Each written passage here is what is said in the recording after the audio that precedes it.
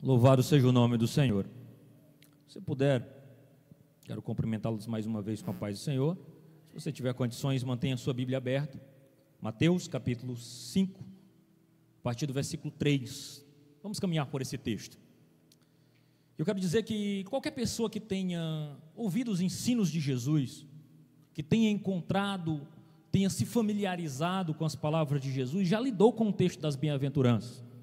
É um texto extremamente conhecido, é um texto que muita gente já leu. Qualquer cristão que, embora não tenha lido a sua Bíblia inteira, pelo menos o Evangelho de Mateus, ele já se deparou e concluiu. Se você ainda não fez isso, eu quero desafiar você a se familiarizar com esse texto, pelo menos os Evangelhos. Se você ainda não fez, aqui para o final do ano, dá para se desafiar e fazer a leitura dos Evangelhos, especialmente Mateus, João. É uma boa indicação para alguém que está começando a lidar com as Escrituras.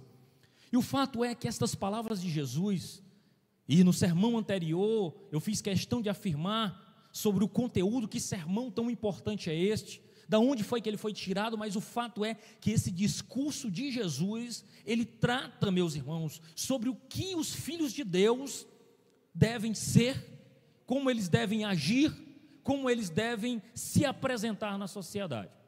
E o fato é que nós lidamos agora com estes versículos de 3 a 12, e nós temos aqui Jesus bradando algumas bem-aventuranças.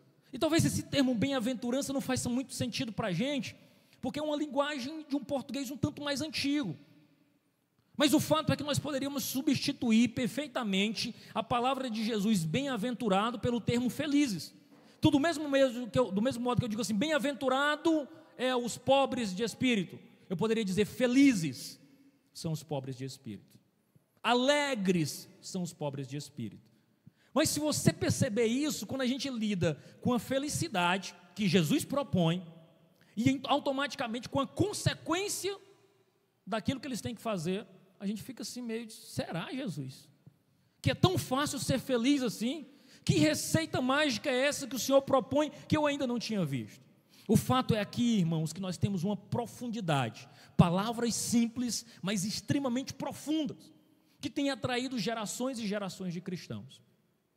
E o que é interessante nós percebermos, é que quando nós formos considerar essas bem-aventuranças, antes de mais nada, nós precisamos fazer 3 considerações importantes. Antes de eu entrar propriamente no que cada uma significa, eu preciso fazer 3 considerações para nos guiar durante esse texto. E a primeira delas é, que pessoas são descritas aqui? Quem é que Jesus está descrevendo? Que tipo de pessoas ele está descrevendo? Segundo, quais as qualidades são recomendadas? O que essas pessoas têm que ter como qualidades? E por último, terceiro, quais as bênçãos prometidas? Porque aqui nós temos as pessoas que são descritas, as qualidades que são esperadas e as bênçãos prometidas para aqueles que agem de acordo com as instruções de Jesus nesse texto. Tá bom? Vamos caminhar? As pessoas descritas. Então, as bem-aventuranças descrevem um caráter equilibrado e diversificado de que povo? Do povo cristão. Jesus estava falando com crente. Aqui o texto não está se referindo a 8 tipos de pessoas. Ele está se referindo a pessoas que tenham essas qualidades. Não é que um é manso e o outro tem fome e sede de justiça. O que Jesus está descrevendo aqui é que essas qualidades devem estar presentes na vida do cristão. Não uma nem outra, mas ele está desafiando ao cristão a possuir todas elas, a possuir essas características. São qualidades para um mesmo grupo ao mesmo tempo.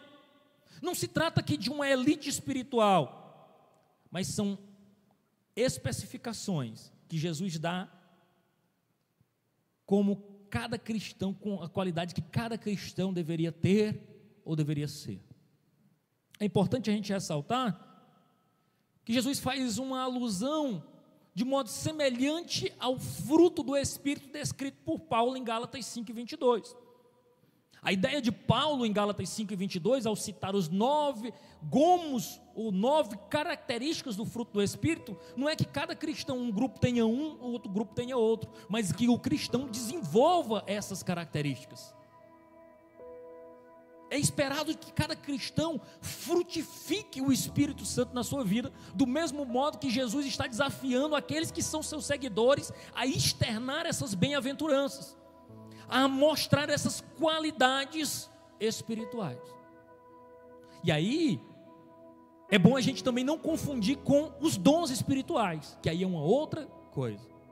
Enquanto que o cristão deve florescer, o fruto do Espírito deve ter as qualidades da bem-aventurança, os dons espirituais é uma outra coisa. Jesus dá os dons a quem Ele quer, e dons diferentes, porque a intenção dos dons é equipar os filhos de Deus para uma obra específica, enquanto que fruto do Espírito e bem-aventuranças deveria ser característica que nós, ao confessarmos Jesus como nosso Salvador, o Espírito Santo forjasse em nossos corações, para que nós ajamos e pensamos deste modo. Essas são as pessoas descritas. Que pessoas são essas? Os filhos de Deus, os cristãos, aqueles que abraçaram a fé em Jesus, deveriam externar estas bem-aventuranças. E quais são essas qualidades recomendadas? Note aqui que Jesus fala sobre pobreza, fala sobre fome. E a gente poderia entender aqui que tem que ser pobre, é isso? Tem que passar necessidade? Qual é a ideia de Jesus nesse texto? E esse texto nos dá algumas luzes, que Jesus não está falando aqui de qualidades físicas, Ele está falando de qualidades espirituais.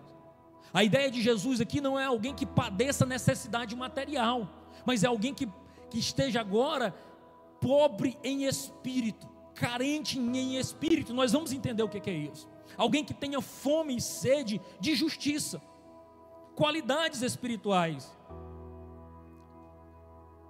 A ideia aqui, quando Mateus usa essa expressão pobres, ele está recorrendo a um conceito do Antigo Testamento, porque no Antigo Testamento nós tínhamos os pobres de Deus. Quem eram esses? Aqueles que nada possuíam e nada tinham, a não ser o Senhor. Aqueles que não podiam confiar em ninguém, porque eram maltratados, padeciam necessidades, eram tiranizados, estavam sob o domínio dos poderosos, mas eram aqueles que só tinham o Senhor, que só recorriam ao Senhor, e nele tinham firmado a sua fé. Agora Mateus traduz esse texto e usa agora não o pobre do Antigo Testamento, mas o pobre de espírito, que é aquele quebrantado, contrito, que olha para si mesmo e enxerga-se um miserável, não tem mérito nenhum nele, porque tudo que há de bom nele é graça de Jesus Cristo. E quais são as bênçãos prometidas? As qualidades aqui elogiadas, irmãos. Bem-aventurados é uma receita de Jesus para a plena felicidade. Você quer saber uma coisa interessante? A maioria das universidades no mundo, isso começou em Harvard, possui em seu currículo, alguém que vai fazer um curso, uma disciplina chamada felicidade. A Universidade Federal do Piauí, que há pouco tempo terminei um curso lá, ela começou a produzir lá no Departamento de Ciências de Materiais, ministrado por uma professora, inclusive amiga minha, a disciplina felicidade. Pasmem, extremamente procurada. É uma disciplina que lota turma. Todo mundo deseja e anseia por essa disciplina, porque todos estão em busca de algum modo de direcionamento, de um projeto de vida para lhe apresentar a felicidade. Aqui Jesus nos dá a receita daqueles que seriam felizes quando o homem externar essas qualidades emocionais fundamentais. O homem, a mulher, o jovem e a criança que reagir ao mundo, ao seu ambiente, com este espírito, terá uma vida feliz. Jesus nos dá a fórmula da felicidade, de uma boa saúde mental, que é hoje o que está em voga. É pessoas falando sobre cuidar da sua saúde mental. Aqui Jesus está dizendo, aquele que abraça essas qualidades emocionais, essas características emocionais, que reage ao mundo com esta perspectiva, será feliz. Olha Jesus nos dando a fórmula, olha Jesus nos dando a condição para isso. E aí, irmãos, é importante que a gente saiba que ninguém conhece o produto melhor do que o fabricante. Ninguém pode dar um manual mais adequado do que aquele que fabricou. E Jesus, nos conhecendo, quando Ele impõe a sua lei, quando nós nos propomos a obedecer à lei de Deus, nós nos encontramos e nos realizamos nele, porque fora de Deus e de sua palavra, qualquer sucesso, qualquer benefício, qualquer ganho, qualquer recurso financeiro, qualquer posição na sociedade, ela é traduzida em infelicidade. Mas mesmo aquele que está padecendo alguma necessidade aqui nesta terra, uma vez que ele encontra consolo em Jesus, ele passa a ter uma vida feliz. Porque nós entendemos que a felicidade, ela não está atrelada àquilo que o homem é capaz de produzir e marcar seu nome na história. Felicidade é ter Jesus em si e guiando os seus passos.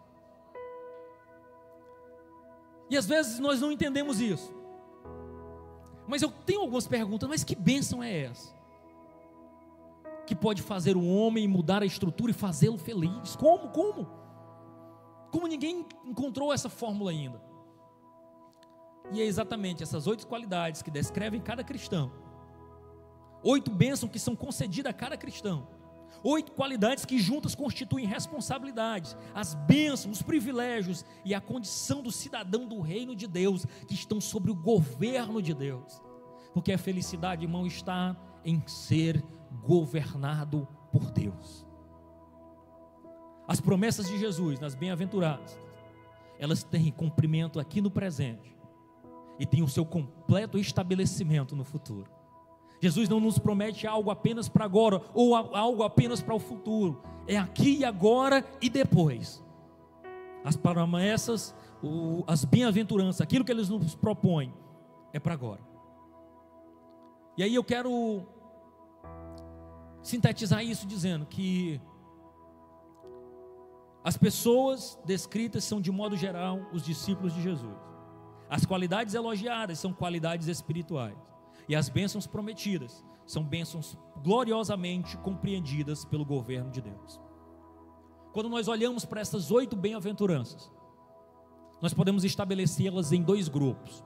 O primeiro grupo, que são as 4 primeiras, elas descrevem o nosso relacionamento, o relacionamento do crente com Deus.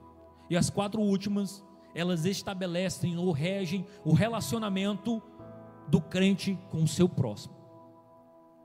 E aí ele apresenta o verso 3. Humildes de espírito. O que é que Jesus vai dizer aqui? Bem-aventurado, ou felizes, os pobres em espírito, porque deles é o reino dos céus. Mateus 5:3. A ideia de Jesus aqui não é lidar com aquele que literalmente passa necessidade, mas é mostrar que esta pobreza, ela recebeu algumas nuances espirituais, e ela passa a ser identificada agora como uma humilde dependência de Deus. O aflito é aquele que está sofrendo e não tem capacidade de salvar a si mesmo, por isso ele recorre a Deus, ele busca salvação em Deus. O pobre descrito aqui por Mateus é aquele contrito, o abatido em espírito. É disso que Jesus vem nos falar quando ele começa o seu ministério, abre o livro de Isaías, quando entra naquela sinagoga e diz: o Espírito do Senhor está sobre mim, porque o Senhor me ungiu para pregar as boas novas aos quebrantados. O Evangelho, ele é algo apresentado, especialmente àqueles que necessitam, aqueles que padecem, aqueles que sofrem. Jesus tem um especial carinho por aqueles que padecem necessidade. Note que Jesus Cristo, ao ser indagado pelos discípulos de João, sobre João estava ali preso, manda seus discípulos e diz: pergunte a Jesus, se ele é o Messias ou nós devemos esperar outro. Jesus não responde. Ele diz aos discípulos: olhem, vejam, os cegos veem, os surdos ouvem, os coxos andam, e aos pobres é anunciado o Evangelho. Porque o evangelho de salvação veio para aqueles que nada têm, que nada possuem, aqueles que nada esperam a não ser a salvação que vem do reino de Deus. É para você que este evangelho veio, aqueles que estão se sentindo angustiados, desprezados, aqueles que são os improváveis, aqueles que ninguém dá valor. O evangelho lhe alcança, Jesus te ama, te busca e te insere no reino dele.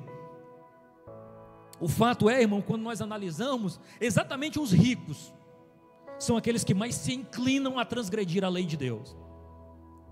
Se nós olhamos a história de Israel, é os que padecem necessidade, que não tem a quem recorrer, que não conhece nenhum pistolão na sociedade, que não tem influência em lugar nenhum, que dobra o seu joelho e fala com o poderoso dos poderosos. Você sabia que a gente é assim também? Você já se viu numa possibilidade que não tem a quem recorrer, a não ser a Jesus?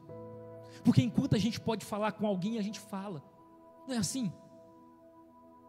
Se você conhece um deputado, um vereador, um prefeito, você diz, não, mas fulano vai falar por mim. Fala com fulano que ele resolve a tua causa. Aí a gente nem ora. Mas quando a gente se depara com a solução que não tem de como vir de outro lugar a não ser dos céus, aí a oração fica doce, irmão. Orar perde a dificuldade. Quando a gente não tinha tempo de orar, e a gente arranja. Banhar é falando com Jesus, levanta falando com Jesus, caminha falando com Jesus. Tem misericórdia, Jesus, tem misericórdia. Senhor, a minha causa, não tenho a quem recorrer, só o Senhor pode me livrar disso. Sabe que às vezes Deus nos permite passar por apertos, porque Ele sabe que se a gente tiver alguma coisa, a gente é arrogante e abandona a sua presença. Mas quando nós entendemos que a ideia aqui é os humildes, os pobres de espírito, aqueles que não podem recorrer a nada a não ser o Senhor. Humilde, pobre de espírito, irmãos, é recorrer, é entender a nossa pobreza espiritual, a nossa falência diante de Deus, é saber que só não estamos condenados porque Deus teve misericórdia de nós, não é os nossos méritos, mas é Jesus. João Calvino, tratando esse texto, ele diz que só aqueles que em si mesmo forem reduzidos a nada e repousam na miséria de Deus, é pobre de espírito. O pobre de espírito é aquele que entende que só Jesus, só Ele é que pode cuidar de nós. E o reino é concedido exatamente ao pobre, não ao rico, ao frágil e não ao poderoso, à criancinha humilde, não ao soldado que se vangloria de poder obtê-los através da sua própria bravura. Ou seja, irmãos, a condição indispensável para receber o reino de Deus é o reconhecimento da nossa pobreza espiritual. Nós precisamos entender isso, irmãos. Tudo que nós temos, tudo que nós somos, todas as oportunidades que nós temos de servir ao reino de Deus, é fruto da sua graça, é fruto da sua bondade. É nesta hora que nós avaliamos os talentos que Deus nos deu e percebemos que se Ele nos capacitou, é porque Ele nos quer na sua obra e no seu reino. Se você sabe fazer alguma coisa e não faz, você está pecando contra a benevolência de Deus, porque sem a sua poderosa mão você não é nada. E esse entendimento, irmãos, nos faz simples e humildes, porque assim deve ser o povo de Deus. É isso que Paulo fala ao recomendar que nós devemos nos submeter uns aos outros, que nós devemos ser humildes uns com os outros, considerar os outros superiores a nós. Esse sentimento do coração do cristão é: eu nada sou, eu nada tenho, eu nada posso. O cristão, irmãos, que ama servir a Jesus, ele é o publicano no templo, lá atrás. Enquanto o fariseu está lá na frente dizendo: Senhor, eu te louvo porque eu jejuo 3 vezes por semana, porque eu dou dízimo, porque eu sou bom, porque eu sirvo, porque eu sou a estrela aqui do lugar. O publicano está lá atrás, quase na porta, batendo no peito, dizendo: ser propício a mim, pecador, ser propício a mim, pecador. Oh Senhor, se não for a tua misericórdia, a tua graça, eu estaria perdido, eu não sou digno, eu sou indigno. A ideia de Jesus é que aquele pobre de espírito, aquele pobre de espírito é bem-aventurado, é feliz. Sabe por quê? Porque dele é o reino dos céus. O pobre de espírito tem endereço certo. O pobre de espírito tem morada certa. O pobre de espírito tem um caminho certo lhe esperando. O soberbo é abatido, mas o humilde de espírito tem para onde ir e é recebido em Deus e por Deus, em seu reino. Os que choram, Jesus diz assim: bem-aventurados os que choram, porque serão consolados. Irmão, vamos ser honestos. Que bem-aventurança mais complicada, né? É como se Jesus estivesse dizendo: felizes os infelizes, né? Felizes os que estão infelizes, felizes os que choram. Mas a promessa é maravilhosa, porque eles serão consolados. Que espécie de tristeza é essa que pode transmitir alegria depois? A Bíblia tem umas coisas assim, irmão Francisco, que só Jesus para nos ajudar a entender, né? Mas ele diz, porque a alegria da bênção de Cristo naquele dia será indivisível, será impensável. Aqui nós estamos diante de alguém que chora. E por que ele chora? Ele chora a perda da inocência, da justiça, do respeito próprio. Aqui não se trata de uma tristeza de arrependimento. É alguém que se entristece e chora a sua condição. A ideia expressa por Jesus não é alguém que está confessando o seu pecado, não é um choro de arrependimento e de confissão, é um choro de contrição, porque olha a sua situação pecaminosa e falha e se arrepende. Chora pelo pecado da sociedade, chora pelo pecado e negligência da sua própria igreja, chora pelos seus próprios erros e pecados. É verdade, irmãos, que existem lágrimas cristãs, mas são poucos os que choram e vertem essas lágrimas.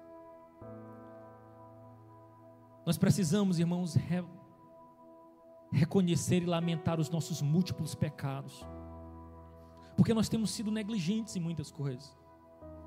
Nós não temos nos entristecido o suficiente pelos pecados que muitas vezes estão presentes no seio do corpo de Cristo. Nós temos tolerado faltas, negligências, frieza espiritual, comodismo. Nós temos nos acostumado com o processo e o ritual de ir para a igreja, mas o fato é que boa parte daqueles que frequentam há tempos não sentem a presença de Deus, e o pior de tudo, se acostumaram com isso. Irmãos, é fato, e aqui eu não falo com saudosismo, porque eu não sou aquele de volta a determinado tempo, eu acho que cada tempo tem o seu tempo, mas era raro o assembleiano que não andava com um lençozinho na mão, porque era mais fácil chorar. E o fato é, irmãos, que nós nos acostumamos a ter um cartão de membros e sermos membros de uma igreja, e pronto. Mas poucos têm crescido espiritualmente. É verdade que a igreja tem crescido em quantidade, mas em qualidade.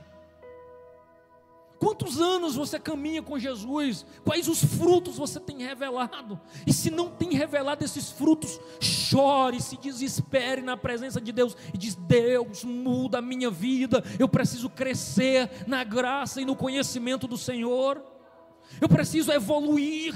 E aqui eu não estou fazendo juízo de valor para a sua vida, eu estou pedindo para você fazer uma análise, e se você for sincero, você vai perceber que você já foi mais crente, que você já chorou com mais facilidade, que você já sentiu mais a presença de Deus, que você já caminhou, mas era mais fácil derramar lágrimas na presença do Senhor. Mas o que congelou este coração, o que endureceu este coração, eu não sei, mas chore, vá às lágrimas e diz: Deus, toca-me com teu toque maravilhoso e santo, que me faz verter lágrimas. Irmãos, a consolação que o perdão de Deus nos traz era a promessa no Antigo Testamento. A missão do Messias seria ser consolador, porque aquele que está desesperado, aquele que está quebrantado, ele é consolado. Aquele que está desesperado em lágrimas é consolado pelo nosso Senhor Jesus Cristo. Felizes são os que choram, porque eles serão consolados. Ei, deixa eu te dizer uma coisa. Você e eu não sabemos o que é o silêncio de Deus. Sabe por quê? Porque nós vivemos em uma outra época.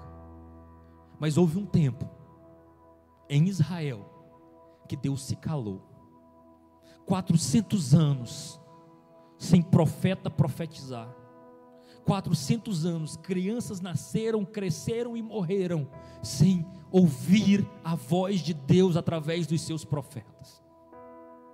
É por isso que o velho Simeão, naquele dia no templo, ao receber Jesus das mãos de José e Maria, pega a criança e põe nos seus braços e ergue, e diz: ah, meu Deus,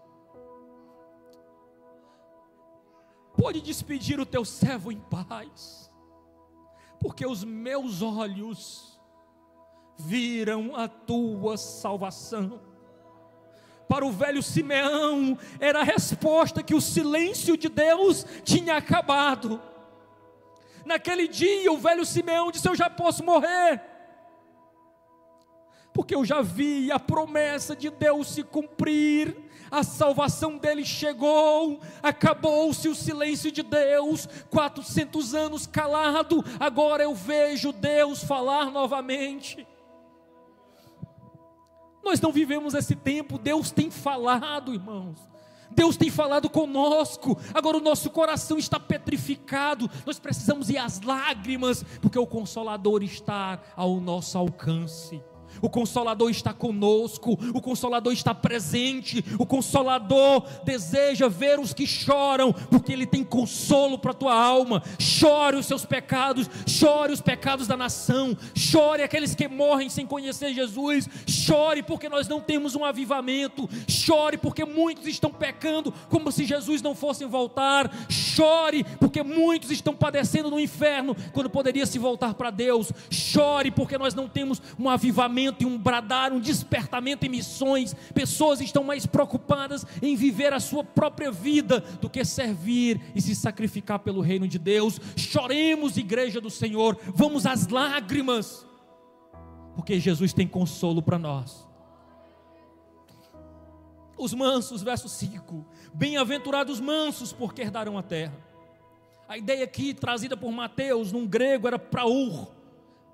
Eu não vou ficar aqui externando o grego, porque eu nem sei mesmo. Mas a ideia aqui era gentil, humilde, atencioso, cortês, alguém que era capaz de exercer um autocontrole. E aí ele diz que bem-aventurados mansos, porque eles vão herdar a terra. E aí a gente olha para as palavras de Jesus e pensa: que espécie de gentileza é essa, que os seus possuidores são declarados felizes e são capazes de herdar a terra?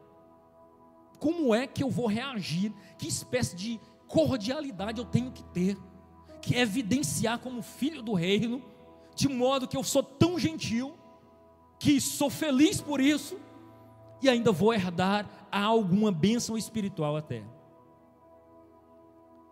Os mansos aqui, irmãos, eles se encontram entre os que têm fome e sede de justiça.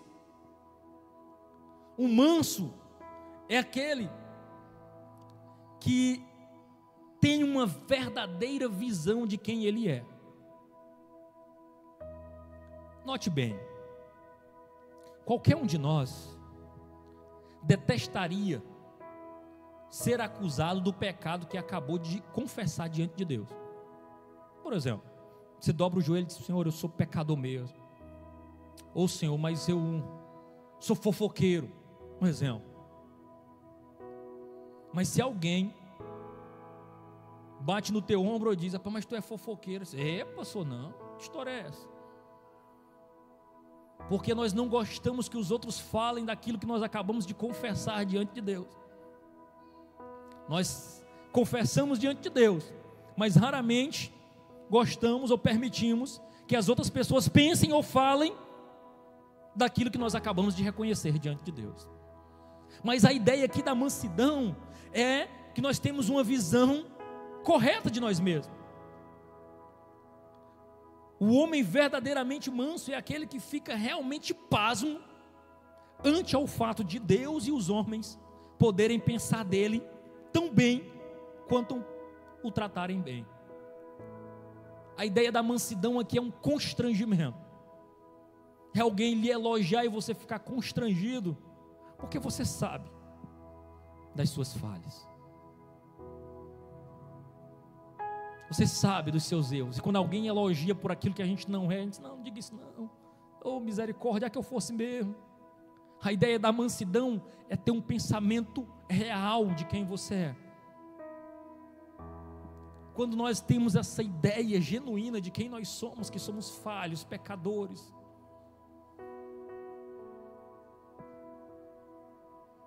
nós estamos na condição de mansidão, de tomarmos posse de uma herança espiritual em Cristo. Porque tudo é nosso se nós somos de Cristo. Mansidão é algo até interessante, porque como é que um manso vai herdar a terra? Dentro da nossa perspectiva de competição, de disputa, eu até falava aos adolescentes no domingo que nós estamos inseridos numa sociedade que tem um pensamento grego-romano, que é o que? A disputa. O pensamento grego-romano olha para o seu próximo e diz: é com ele que eu vou disputar, é com ele que eu vou competir. Só que o pensamento judaico-cristão diz assim: o próximo é o que eu vou abençoar, amar e ajudá-lo. Meu próximo não é para me competir não, meu próximo é alvo da minha bênção. E nós estamos inseridos nesse ambiente de competição, de modo que a gente olha: como é que esse manso vai herdar a terra se ele não tem capacidade de conquistar nada? Quem conquista é o bravo, quem conquista é o que se levanta cedo, é aquele que está disposto a lutar, é aquele que trabalha enquanto os outros dormem. Mas aqui nós entendemos que a ideia aqui de herdar a terra não é algo que nós vamos tomar pela nossa força, mas é algo que nós vamos receber por confiarmos em Deus. Não é os seus méritos, é os méritos do Cordeiro. Me permita aqui algo pessoal. Eu raramente gosto de falar de mim mesmo, porque respeito quem pensa diferente de mim, mas eu entendo que o púlpito é para a pregação do Evangelho. Então, se eu oro, se eu não oro, se eu leio, se eu não leio, não faço mais do que a minha obrigação em orar e ler Bíblia. Então, eu não quero aqui usar o meu exemplo como atribuições espirituais, como se eu fosse diferente. Pelo contrário, sou pecador miserável, carente da misericórdia de Deus. Mas uma coisa eu aprendi nesta minha caminhada, olhando o livro de Eclesiastes: nem sempre os que correm mais são os que chegam primeiro. Em toda a minha trajetória, seja pessoal, familiar, ministerial e profissional, eu tenho confiado em Deus. Tenho confiado em Deus. Eu digo isso porque aqueles que confiam em Deus, as coisas acontecem. Se você me perguntar se em algum momento eu pensei que seria levado a evangelista, eu digo que não. Não é uma coisa que eu almejava, não era uma coisa que eu procurava, não era uma coisa que eu fazia, ia atrás e tal. Não, Foi uma coisa que foi acontecendo, e pela sua boa mão, Deus me conduziu a isso. Mesmo profissionalmente, até mesmo no concurso que eu passei, eu nem ia fazer a prova. Uma semana antes, eu liguei para um amigo meu e disse: não vou mais não, eu desisti. Eu estou de férias, eu não vou não. E fui por um motivo, porque o meu amigo tinha fechado um carro com um número de pessoas para dividir o combustível. Eu digo: não vou deixar o pessoal na mão, eu vou. Aí eu fui, pela graça e misericórdia de Deus, Deus me sustentou. Não era o melhor, não era o mais inteligente, não era o mais sábio, mas aprove Deus, de algum modo, misericordiosamente, me colocaram onde Ele quis.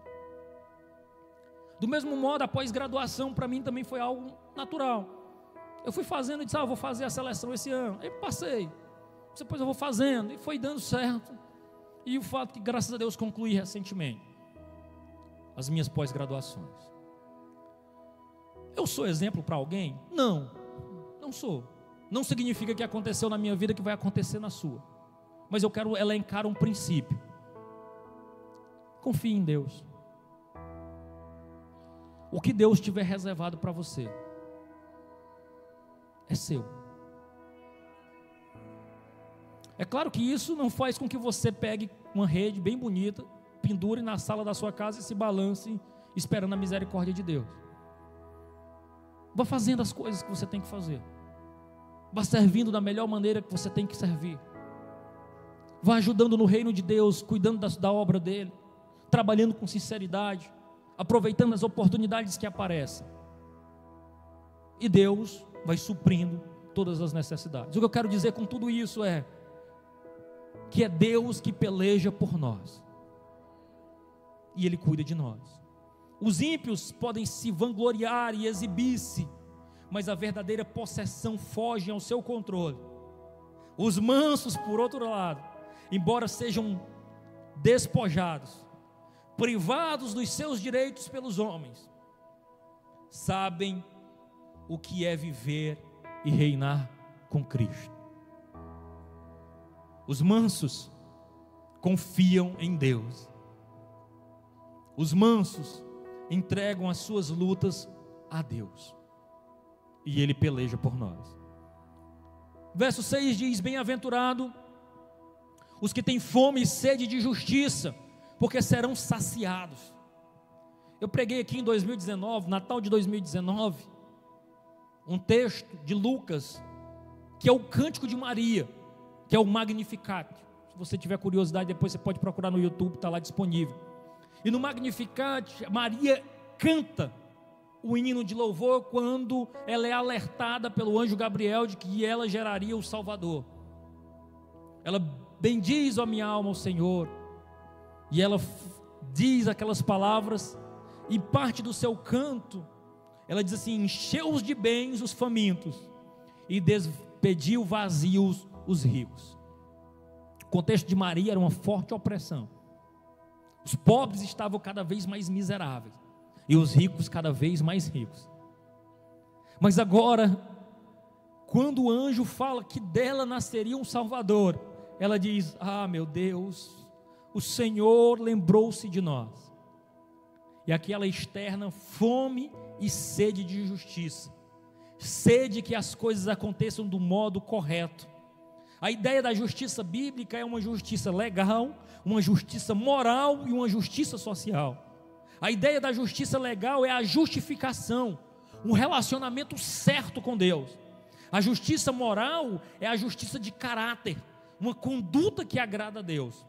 É exatamente o contraste que existe entre a justiça cristã e a do fariseu, da hipocrisia.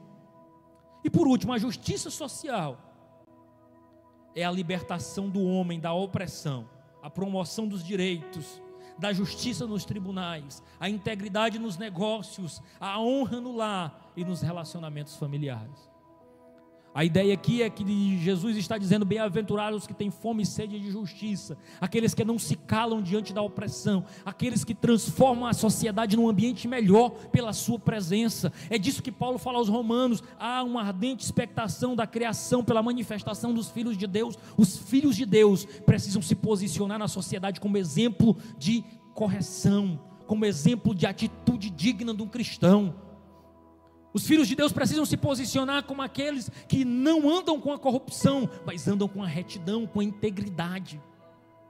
Há uma carência, irmãos. Olha, eu já disse para vocês aqui várias vezes, eu fico triste em saber que no Brasil tem 65 milhões de evangélicos.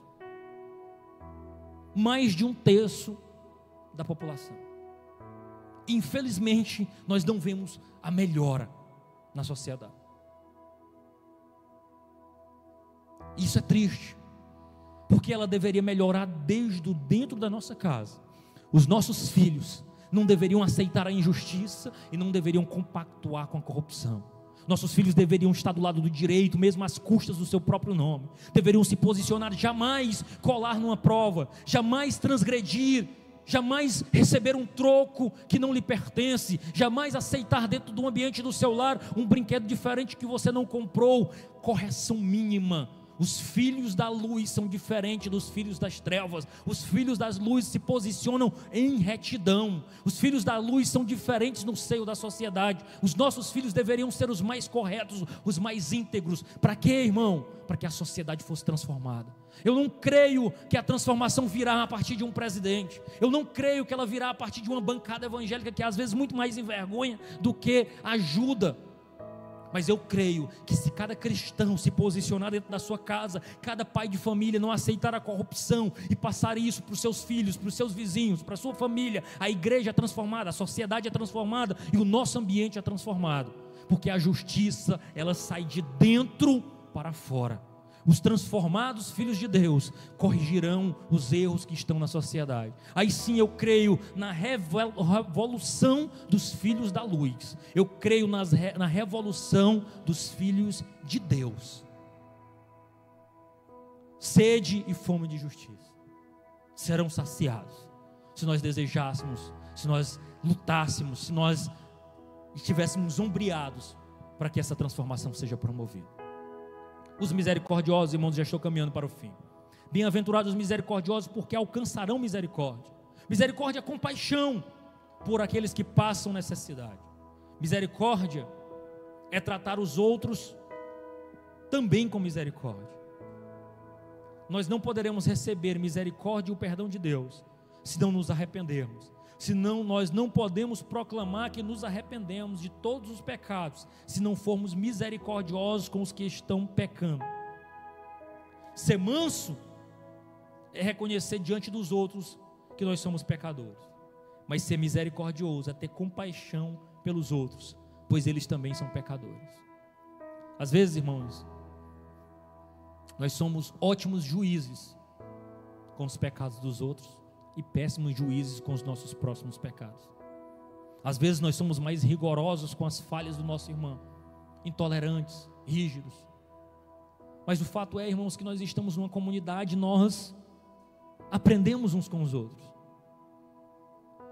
Eu lembrei de um exemplo agora, não sei nem se ele faz muito sentido, mas eu estava acompanhado de alguns criadores de gado, e lá nós nos deparamos com um bezerro que estava com bichos no umbigo, irmão Francisco. E é muito interessante que a mãe do bezerrinho vai lá e lambe. E aí aquela experiência de coisa fez com que o vaqueiro experiente dissesse: olha, aonde tem um rebanho, e se um gado apresentar uma bicheira ou coisa do gênero, o outro cura ele. Eu digo, que história, rapaz. Se ele pudesse lamber, ele se lambe. Mas se for num lugar que ele não dá para ele lamber, para arrancar os bichos, os outros que andam com ele vão lá e lambem, para que ele seja sarado. Uns cuidam dos outros. Ora, mas se Deus, na sua lei natural, pôs isso no coração de um ser que não pensa, não deveria ser assim também esse sentimento em nós? Nós não deixaríamos alguém morrer com uma ferida, mas seríamos agentes de Deus para ajudar a tirar ali, sarar aquela ferida? Não seria este o exemplo dos filhos da luz, daqueles que são as imagens e semelhança do Filho de Deus? daqueles que não desejam apenas externar uma espiritualidade vazia, mas são agentes de transformação no mundo, companheiros que se ombriam na recuperação do seu próximo. Louvado seja o nome do Senhor. Esses são os misericordiosos, e aqueles que são misericordiosos alcançarão misericórdia quando chegar a sua vez. Os limpos de coração, bem-aventurados os limpos de coração, porque verão a Deus. Jesus faz um duro discurso para os fariseus, dizendo: olha, vocês limpam o exterior do prato, do copo, vocês deixam tudo bonitinho, mas o vosso interior é cheio de rapina e perversidade. A pureza do coração, irmãos, refere-se aos relacionamentos, um coração limpo, sincero, reto. Irmãos, infelizmente são poucos aqueles que têm procurado viver uma vida aberta. Agora nós começamos a usar máscaras, por um motivo pandêmico. Mas o fato é, irmãos, que muitos têm caminhado usando máscaras. E muitas vezes têm agido de um modo na igreja, de um modo na família, de um modo no seu ambiente de trabalho. São pessoas distintas. Muitos têm usado máscaras, têm agido de uma forma diferente daquilo que os filhos de Deus agem. E a ideia aqui expressa por Jesus é que nós precisamos ser limpos de coração, porque ao sermos limpos de coração, nós veremos a Deus. E eu fiz uma pergunta, e ela é muito sincera. Imagine a seguinte situação: digamos que você foi acusado de ser crente. Alguém te viu na rua e disse: pense, está aí, vai um homem de Deus aí, é crente, e lhe desfere uma forte acusação de que você é um servo verdadeiro de Deus. E de repente forma em torno de você uma grande multidão, dizendo: é crente, é crente, é crente. Já pensou isso? Aí alguém diz: não é, não pode. Vamos chamar aqui 4 testemunhas para saber se ele é crente mesmo. Imagine que essas 4 testemunhas sejam 2 que você negociou recentemente, ou comprou ou vendeu, e mais 2 que trabalham com você. Agora responda sinceramente: você seria culpado de ser crente, ou você seria absolvido e sairia de lá e disse: não tem condição não, ele não é crente não, está absolvido, pode ir para casa? Como é que seria? Pense de modo sincero e responda, porque isso fala muito com a vida que nós estamos levando. As últimas pessoas que você negociou saíram com a convicção de que você é crente? As pessoas que trabalham com vocês, talvez os seus mais chegados colegas, testemunhariam ao seu favor dizendo: rapaz, é crente, pode condenar, é crente de verdade do que quer ir morar para o céu? Porque ser crente neste ambiente, irmãos, é muito fácil. Nós estamos cheios de crente aqui, mas levar uma vida cristã no dia a dia, negociar limpo, testemunhar Jesus, saber que nós não somos de nós mesmos, mas nós temos um dono, que muitas vezes nós não vamos fazer o que nos agrada, mas nós vamos renunciar. Você já fez dieta na vida? Tem coisa mais horrorosa do que dieta, do que você olhar uma coisa, você não poder fazer, porque sabe que vai lhe fazer mal? É assim ser crente. Às vezes você quer fazer alguma coisa, mas eu sou crente, eu sirvo a Jesus, eu não sou de mim mesmo, eu pertenço, eu tenho um dono, eu sou um embaixador. É a liturgia do cargo, irmão. Ser crente tem uma liturgia. Ser crente não pode falar de qualquer jeito, não pode andar de qualquer jeito, não pode pensar de qualquer jeito, não pode vestir de qualquer jeito. Ser crente tem a liturgia do cargo, e a gente precisa estar ligado nisso. Toda a sua vida pública e particular é transparente diante de Deus e dos homens. Só os limpos de coração verão a Deus. Veem-no agora com os olhos da fé, e no porvir verão a sua glória. Os pacificadores, nosso tempo já se foi. Bem-aventurados os pacificadores, porque serão chamados filhos de Deus. Cada cristão deve ser um pacificador na igreja e na sociedade. Nós somos chamados, irmãos, para pacificar. Deus se agradou de reconciliar consigo todas as coisas. O nosso papel como cristão é de reconciliar. Existe uma bênção associada àqueles que são pacificadores. Eles são chamados filhos de Deus, porque eles agem como Deus agiu, reconciliando o mundo consigo. Então alguém que reconcilia, alguém que está ali apto a promover paz, a proclamar paz, é um filho de Deus. Jesus orou exatamente por isso, pela união, a oração sacerdotal, capítulo 17 de João. Jesus fala e ora pela união do seu povo, para que eles fossem guardados do mal e santificados na verdade. E por último, versos 10 a 12, os perseguidos por causa da justiça. Olha o que diz o texto aqui: bem-aventurados os perseguidos por causa da justiça, porque deles é o reino dos céus. Bem-aventurados são vocês quando por minha causa os insultarem, os perseguirem, mentindo, disserem todo mal contra vós. Alegrem-se e exultem, porque é grande a sua recompensa no céu, pois assim perseguiram os profetas que viveram antes de vocês. É fato, irmãos, que nem toda a tentativa de reconciliação tem sucesso. Na verdade, alguns se opõem a nós, nos injuriam, nos perseguem. E essa perseguição é por causa da justiça, é pela causa de Cristo. Às vezes nós somos perseguidos porque eles não gostam da justiça da qual nós temos fome e sede, ou porque rejeitam o Cristo que nós desejamos seguir, e isso nos gera perseguição. Perseguição é um conflito entre dois sistemas de valores irreconciliáveis. Então o cristão, ele vai ser perseguido, ele vai ser caluniado. É uma contracultura. Isso que nós estamos apresentando é coisa de maluco, irmão. O mundo aí fora não quer isso não. Quem é que sofre a dor do outro? Quem é que é pacificador? Quando você vê uma briga, o pessoal bota fogo. Mas aqui Jesus está dizendo: olha, se você for perseguido, se alegre, se regozije, porque perseguição é sinal de genuinidade. Perseguição é que você está no local certo. A perseguição, ela é marca dos discípulos de Cristo. Porque se Cristo foi rejeitado, imagine nós, rejeitado, desprezado, injuriado, perseguido, é um sinal do discipulado cristão. Eu não creio que a sociedade inteira vai se voltar para Jesus. Eu creio que Jesus vai salvar aqueles que são seus, e que o evangelho vai ser pregado.